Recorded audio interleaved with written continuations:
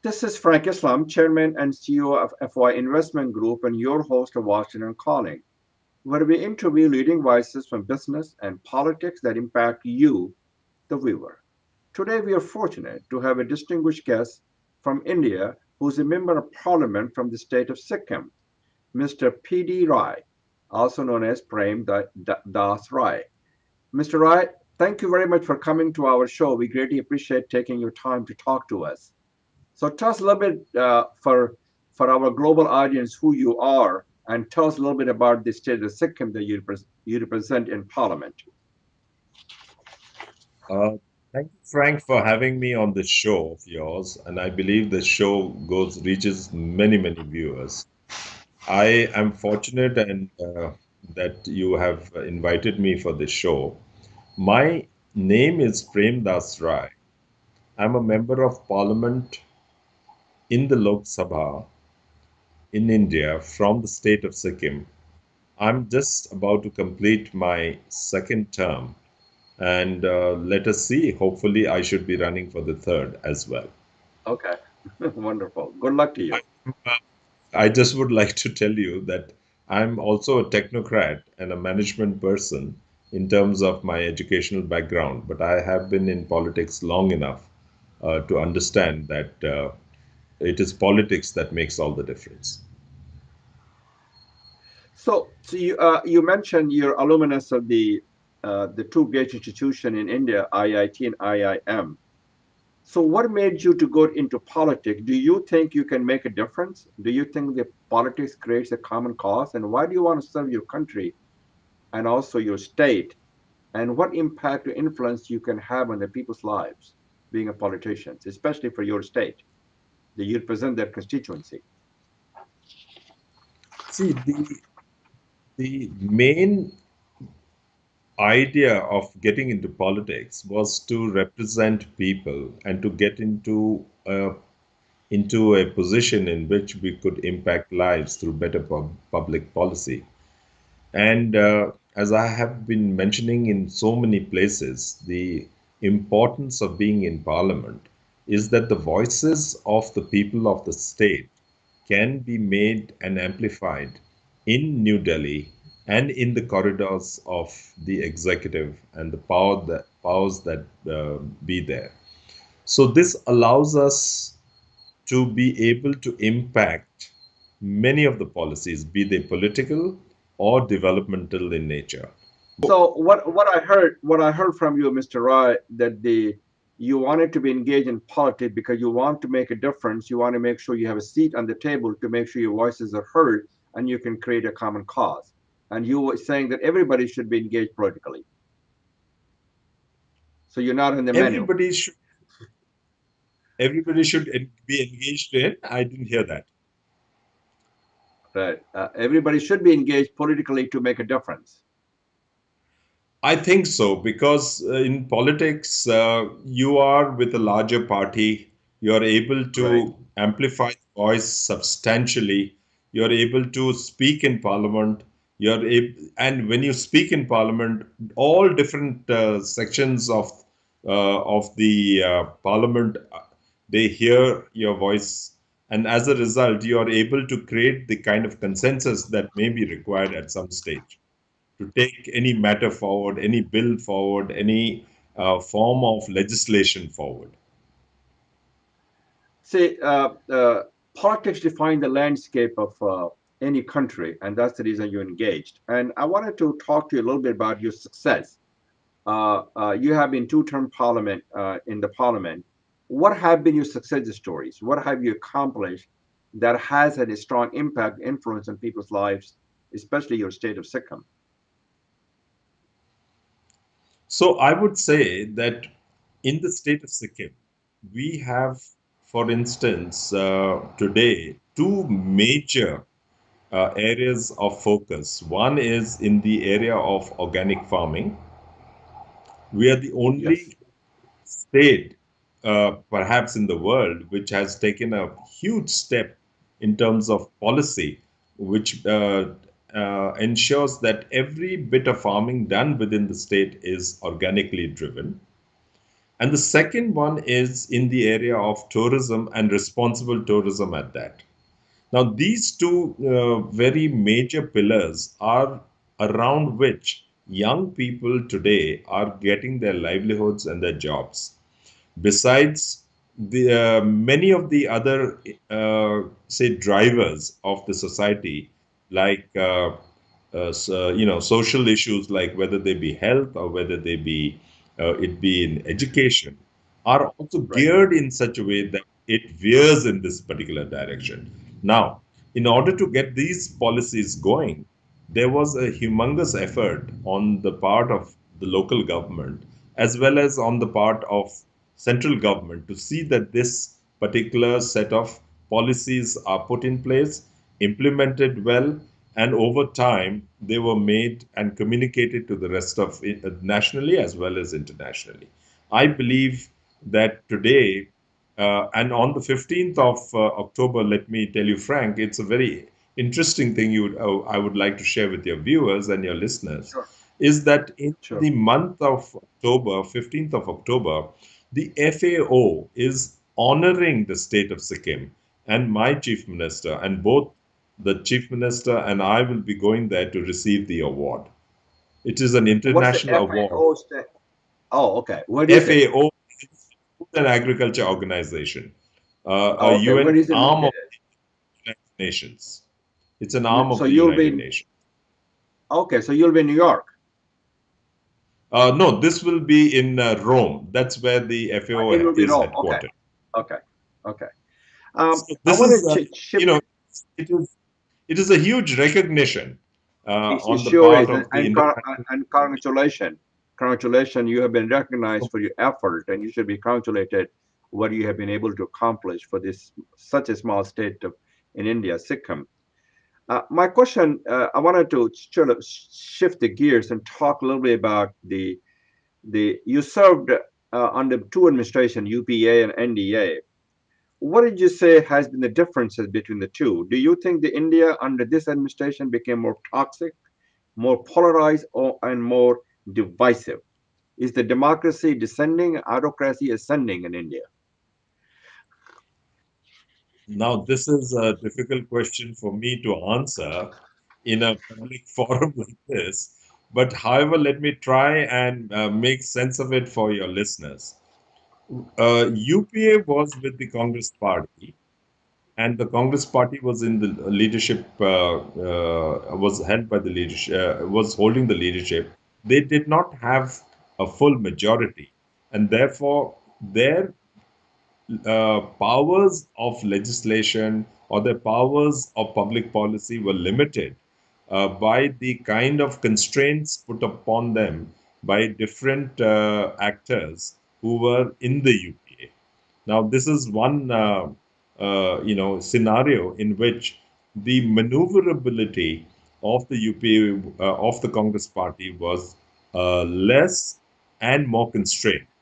Uh, and Congress Party, in their sense, were muddling through because you may have known that one of the things that was said about them was that there was policy paralysis. There was a lot of paralysis in the way the implementation of policy was, whether it was framed and how it was implemented. There was a lot of paralysis, and it was true because, to be very fair to the opposition at that time, the opposition were being able to hold sway over much of the agenda, the development agenda as well as the political agenda in that period. However, in the case of NDA and in the case of, say, just let us look at the Prime Minister, Narendra Modi. Narendra Modi has a full majority in the House, in the Lok Sabha. But Modi is larger than any of the other prime ministers that have been hitherto. So, to some extent, I would say what you have said may be the kind of perception that is being given. It may also be true, but to a large extent, I would say that the previous problematic of policy paralysis is not there, and we are forging ahead as a nation in terms of, say, getting a lot of the development agenda done. I do believe that there is some serious concern from the the minorities as well as from the Dalits in terms of what their space that they can operate in has shrunk, and that the Hindutva agenda has moved become a little larger. So that is So, I can see. do you think that India can rise above the angry partisanship and divisiveness and also make sure they can provide the inclusive economic opportunity and mobility to others, which includes the minorities and the Dalit? Remember, if they succeed, India succeed, all of us succeed, and the world succeeds. I would think so. I would think that this kind of rhetoric that is happening just now is like is giving vent to a lot of the feelings that was suppressed over a large period of time, and that is very much you can see it in at play in many of the speeches and other things that are made by BJP and their their supporters. However, going forward into 2019, I'm optimistic that the the levers, or there would be much more. The BJP would be more contained. I must say, in terms of that they would bring in lesser numbers. The other parties would also rise. So the counterbalancing forces perhaps would come to play, and we would see a much more inclusive and a much more holistic way in which our country would move forward. I would say democracy would win, and let us see. And the people of India would, I'm sure, want to, they would give the direction in which the country would move. I would hope so because the fact that as you know, the inclusive society usually succeeds, and when you're inclusive, you're stronger. When you're stronger together, you can build and hope build and shape a better future for India. So I wanted to Yes. change. I wanted to shift the gears and talk about two items that's a very, I know, important to you, important to the audience, about your integrated mountain initiative that you've taken, and you have been a leader of that. And also, I know you're an entrepreneur, and you mentioned that, and what role the entrepreneurs are in the Sikkim is doing to create the next generations and next youth. And I want you to shed some light and also give some advice to the young budding entrepreneurs, not only in Sikkim, but in India and around the world as well. See, today, given that we have a lot of young people in India, I think the focus of everyone is on the young and on the youth of this country. Because if the youth of this country will succeed, then this country will succeed. And we always talk of a demographic dividend, and we do not want to have a demographic disaster.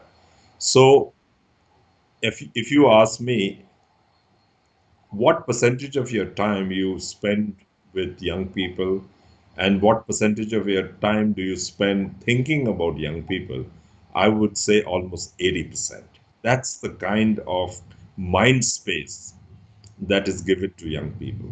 Now, the Integrated Mountain Initiative is actually about uh, creating a platform to enable all the good work and development work which are being done in around 11 to 12 mountain states in this country to come together, share ideas, resources, as well as research and development so that we are able to uh, move forward on an agenda in which young people will get their livelihoods, The climate change would be tackled, especially in the mountains. The mountains are going to be impacted much more than other places. The temperature rise is going to be higher, glaciers are going to melt. We are already seeing signs of that. So, we are working towards ensuring that all these big ticket items get the kind of governmental attention in every mountain state. And we are also going to present our findings and suggestions to the 15th Finance Commission, which has been constituted by the government, so that a lot more resources are provided to the mountain states. So, this is really targeting mountain states and the development agenda from across all the mountain states, learning from each other and ensuring government, the Niti Aayog and others also take a look at the need of the hour as far as the mountain states are concerned. So, as you know, do you think the entrepreneurs are made or born? And what's the advice you have for the younger generations of the entrepreneurs in terms of the thrill of being an entrepreneur, and what kind of things you want to infuse and instill in them so they can be a very important part and parcel of India's growth and mobility? Well, whether the mountain areas or the other parts of the country, the startup mechanisms, startup ecosystems are being, promoted right across the country. Even in my Okay. state, we have startup ecosystems set up. Young people are now being able to do both tech, agro-tech, become agropreneurs. Like I told you earlier, that we have two major, pillars. One is the pillar of responsible tourism in the mountains, and the other is the pillar of organic farming. Both these areas, huge number of startups have already come up, and I believe they are going to be the new, it's a new feature. Recently, there was a major on Entrepreneurship Day. There was a major celebration of sorts, and young people actually came forward and said that this is the way, to go, because through startups and becoming entrepreneurs, because government jobs are not there. So it is not about saying because there is no government job that we need to become entrepreneurs, but rather we become entrepreneurs because we want to be entrepreneurs. And I think that's the kind of spirit that the Well, young people are that's a now. wonderful thing to do, and Yeah, you're yeah. tapping So that's kind of, you're yeah. tapping upon those resources. My question to you: how do you provide the seed money for the startup company? Is the government providing that? Are you having the diaspora community or the other people who are helping the startup company to provide the capital for them to grow or to So, start up? so there's a lot of venture capital coming in from Bangalore. Okay, There are venture capital which government provides, which is not very efficient, I must say, I must add.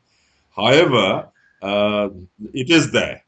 And we okay, had, I was in fact responsible for what is known as the Chief Minister's self-employment scheme, which was started in 2002. And that was actually not, we didn't know it as venture capital at that time, but a little bit of seed money was given from the government side for young people to start off. And I must say that there have been quite a number of success stories around that.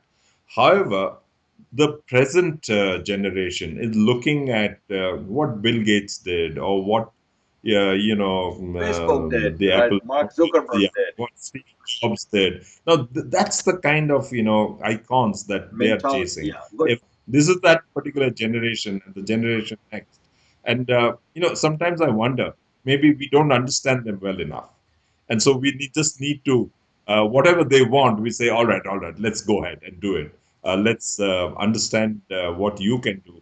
And but the idea is to create a value. It's a value proposition. We all know the challenges of AI. We know the challenges of robotics. All Yeah. this is out there. But in spite of that, we need to make things happen for young people. Yes. I wanted to ask you two questions before we close our conversation. Number one is, how do you tap upon the resources of the India diaspora to help achieve your potential in the state of Sikkim? And also, I want you to tell me a little bit about the fact that you have taken a lot of leadership courses in Oxford, Harvard, and Princeton. And I happen to be on the board of the Harvard University where I'm going next week to attend the board meeting.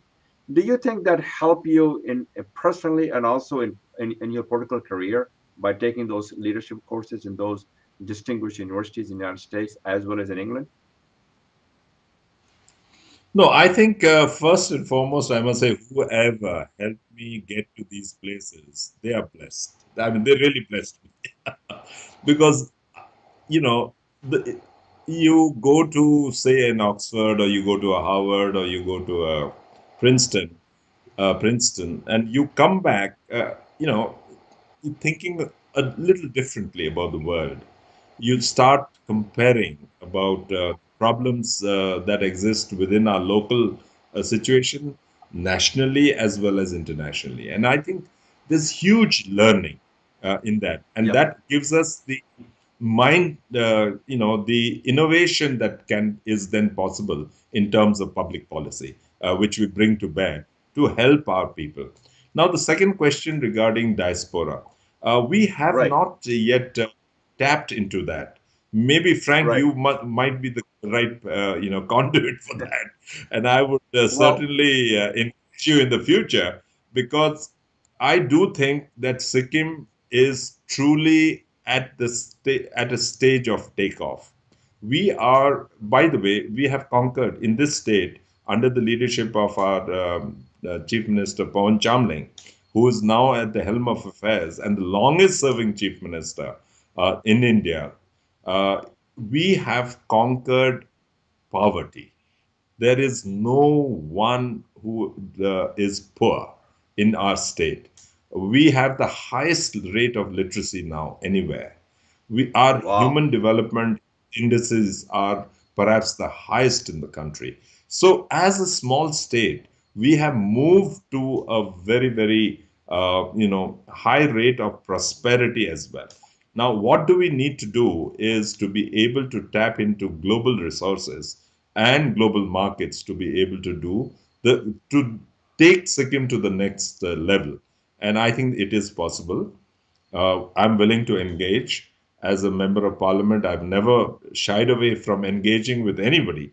And Tarun Basu, your good friend, who Yes. recommended me to your program, I'm sure you will hear from him that this is one thing that I love to do. How do we make Sikkim better? How do we make India better? How do we help the millions of people in our country, get away from poverty, get away from malnutrition, get away and balance our, population even as we go. So these are the big ticket items that we need to think about as we go along. Well, first of all, I want to say thank you very much. Is there anything I can do to help achieve your goal, your missions, and your objectives? So I'll be more than happy to do that, considering the fact that I have a very, very, very busy schedule.